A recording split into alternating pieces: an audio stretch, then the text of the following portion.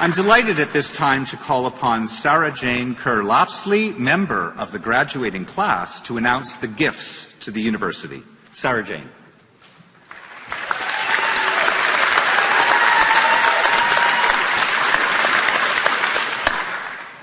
Madam Chancellor, President Toop, members of the faculty, distinguished guests, and fellow graduates.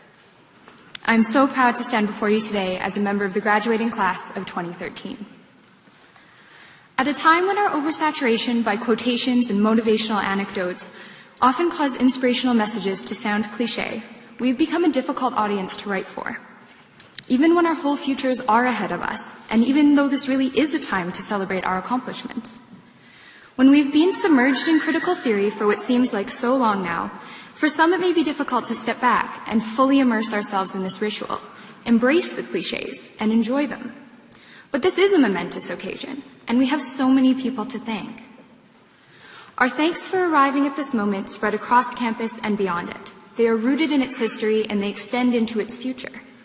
First and foremost, we offer our thanks to the Musqueam Nation, on whose traditional territory UBC's campus stands. We thank our professors, our TAs, our administrative staff, and our mentors.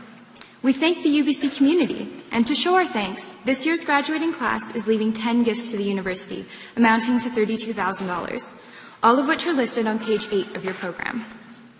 These gifts range in value as well as scope, and they include $10,000 to the AMS to help create a UBC central exam database, $5,000 to the Irving K. Barber Learning Center for a new multimedia room, $5,000 to Project Blue Terminal to fund Phase 2 of a Sustainability Information Aggregator website, and $5,000 to the Sustainability Art Project in the new sub-atrium. We thank everyone who quelled our panic over papers that weren't coming together, helped us work through complex concepts, and answered our late-night phone calls.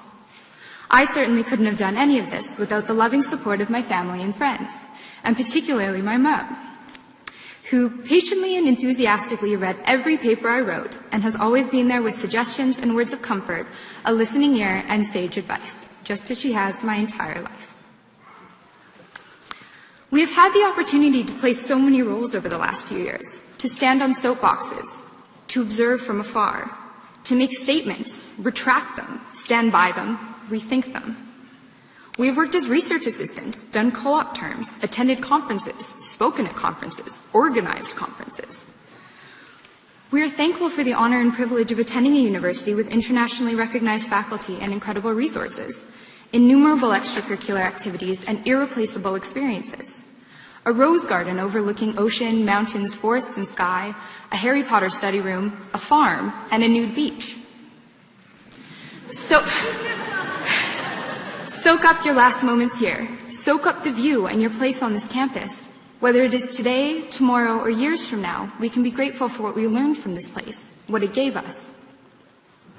To quote my favorite spoken word poet, Sarah Kay, "When I meet you, in that moment, I am no longer a part of your future.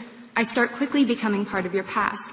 But in that instant, I get to share your present, and you get to share mine."